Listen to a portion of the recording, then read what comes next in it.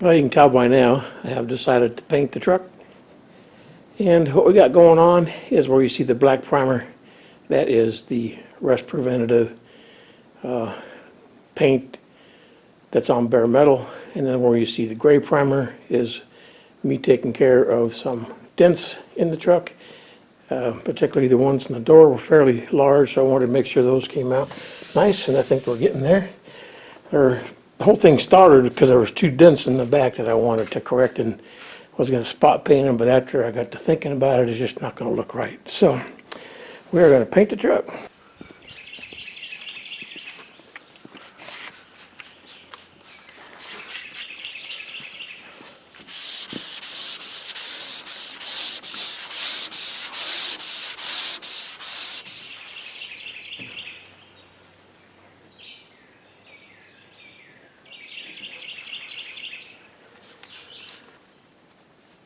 Alright, wet sanded the panel as you saw, and it has revealed some low spots, so we'll just hit with a little more body filler on the back and on that front corner, and a couple more sanding rounds, and hopefully we'll get that.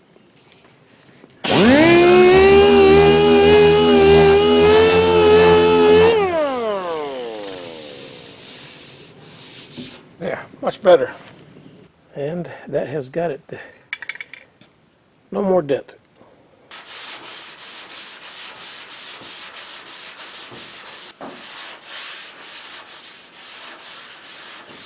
Do the crisscross pattern there to see what what flat is. I don't expect this truck to be all that flat, but I'm kind of curious more than anything.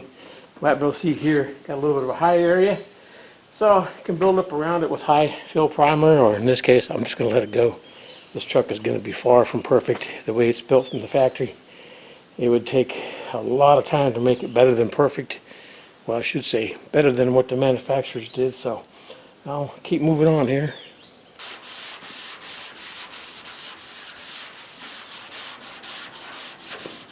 Not too bad, actually.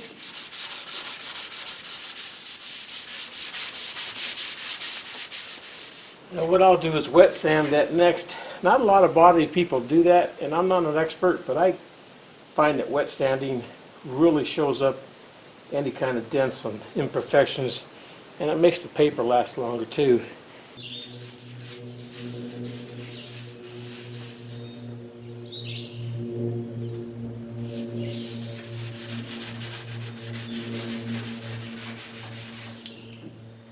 Alright, the door jambs, or the steps, whatever you call those, are finished. And yeah, you know how I'm going to blend everything in? Let's paint the whole truck. I got this part done yesterday, the jambs in the doors and in the hood here. Got these done. So today is the big day. I'm going to spray the truck. It's not perfect outside, of course. This sunshine is going to be in the 70s, but a little bit of wind. Not much I can do about it. We're going to have contaminants. Just don't have a paint booth, so do what we can do. But I got to get those accessories over there painted, and then we'll get to the truck. This is the process of one tack coat, followed by one heavier coat, and it's starting to warm up here pretty quickly, so I got to keep going. Get at least one more coat on before I run out of hardener and reducer. All the accessories are done, and the rails that go alongside the wooden bed and the truck first coat complete. Alright, I brought it inside for a couple of reasons. One, it's getting hot out there, and two, the paint looks better inside. It didn't come out as nice as I was hoping, but that's what you get when you're outside and using single stage paint. I did some research and found out I had the wrong tip size. It was too small. I had a 1.3, and I think for single stage paint 1.8 to 2 is appropriate. So anyway, we'll live with that for now. I'm going to let this sit for a couple weeks. I got other things to do, and I'm going to come back and wet sand this truck and buff it out, and I think it'll look pretty good for an old 59.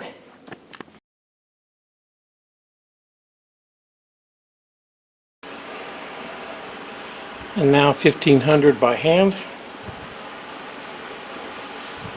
got that area up there on top. Just working on here towards the front. This paint is not very thick. I painted this whole cab with 2.5 quarts of paint. So I know there's not a lot of paint on here. So I have to judge how far I can go. I hit the corner over there. See a little metal, so obviously went too far. So I have to be cognizant of that.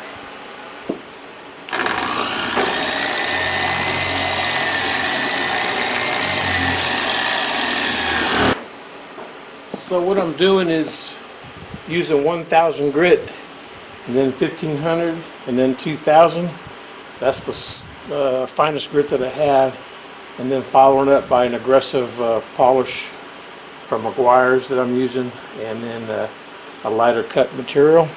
So yeah, I'm still have those small scratches I can't seem to get rid of. Maybe I gotta get 3000, 4000 grit paper. I'm not going to worry about it on this truck because I've already got a lot of hours into it, but it's a learning curve for sure. Well, I'll say one thing for sure, video sure makes the paint look perfect. I could just leave it at that and say, yeah, it's done, but this side of the hood's been polished, and I don't know if the camera will pick it up, but I cannot get these light scratches out of here. And I consider myself a decent detailer. I cannot figure out why I can't get that out, other than this is not a clear coat. I'm working right into the paint, and that's just how it's going to be. I can't do it any better. I did get the bed finished. Got some junk on it yet, but this is what I came up with. Jason mentioned he might use it for his beehive farm, and so I thought that would be appropriate. Just a small lip here, kind of keep things in place, and a headache rack, custom built to match the contour of his truck. So he can change it up easy enough if he wants to keep it or move it or make a different one. But anyway, that's completed. Brakes are done. I finished bending all the lines, got it bled with my wife's help, pushing the brake pedal for me. Got everything finished there. So we have a truck that drives and shifts and stops and is really coming along. I've got a few electrical issues. I can't figure out why the gas gauge doesn't work, and that darn generator, it comes on occasion. Sometimes it works, sometimes it doesn't.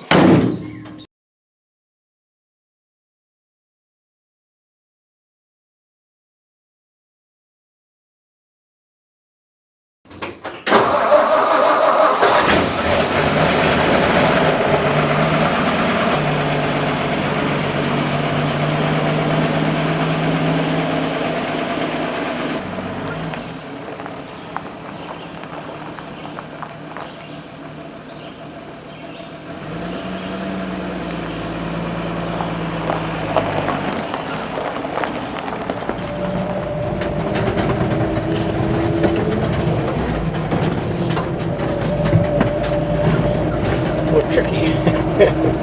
Trying to hold the camera and shift. Like I said, I got that darn generator light. One day it goes out and next is. But beyond that, and the fuel gauge, everything runs really good in this truck. It drives surprisingly well for a 64-year-old truck.